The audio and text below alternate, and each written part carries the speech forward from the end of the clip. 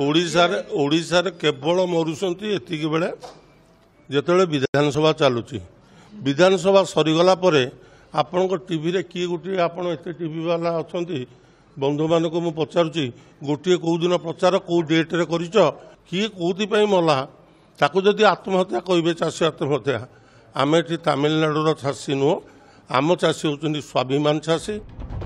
चाषी प्रसंग कृषि मंत्री प्रतिक्रिया चिकेन फ्रेश उद्घाटनी अवसर में गणमाध्यम प्रश्नर उत्तर देवाकू जाए प्रदीप महारथी कहते विधानसभा बेले केवल चाषी आत्महत्या अभियोग आसी थाए। मंत्री मंतव्य को गंठी करिसेंति विरोधी कृषि मंत्री मंतव्य को अत्यंत दुर्भाग्यजनक बोली कहवा सह यहां निंदा करिछि बीजेपी। भुवनेश्वर ठारे आयोजित एक सांबादिक सम्मेलन में बीजेपी अभियोग करिछि जे बरगड़ चाषी खैनु बरगति आत्महत्या घटना को चपाई देबा पई बीजेडी चक्रांत चलाइछि।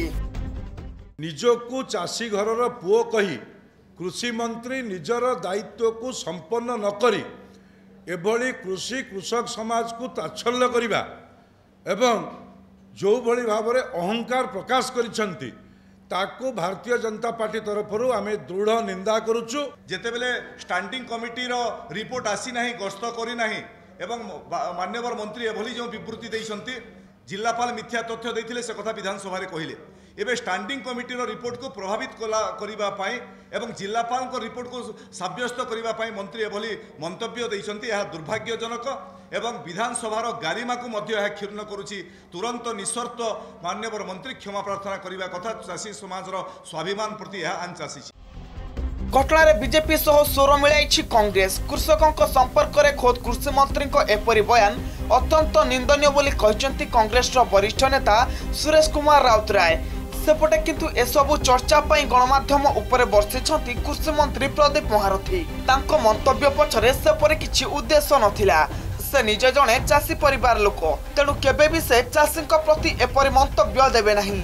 गणमाध्यम मोर मत को भिन्न रूपे चित्रण करिछि बोली सोशल मीडिया रे कहचंती मंत्री प्रदीप महारथी। जेते बेले चाषी लोन करी चाष करिथाए चाष उजुड़ी जाए प्राण विकल रे से आत्महत्या करिया को बाध्य स्वाभिमानी लोक आत्महत्या करिवे अद्भुत कथा विपरीत कथा।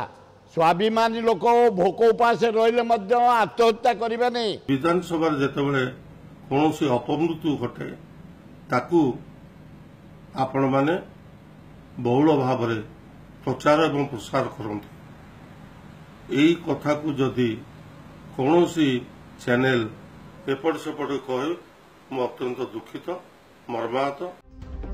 चाषी मृत्यु प्रसंग नहीं राज्य राजनीति सरगरम थिबा बेले मंत्री एपरी बयान विरोधी को समालोचनार खोराक जोगाउछि। सेपटे किंतु मंत्री एपरी बयान प्रसंग में दलीय नेता माने निजको यथासंभव दूरे रखिबाकू चेष्टा करिसेंति। भुवनेश्वर वीडियो जर्नालिस्ट उमाकांत बेहरा सह सुधांशु दास एवं सरोज कुमार बली रिपोर्ट एमबीसी न्यूज।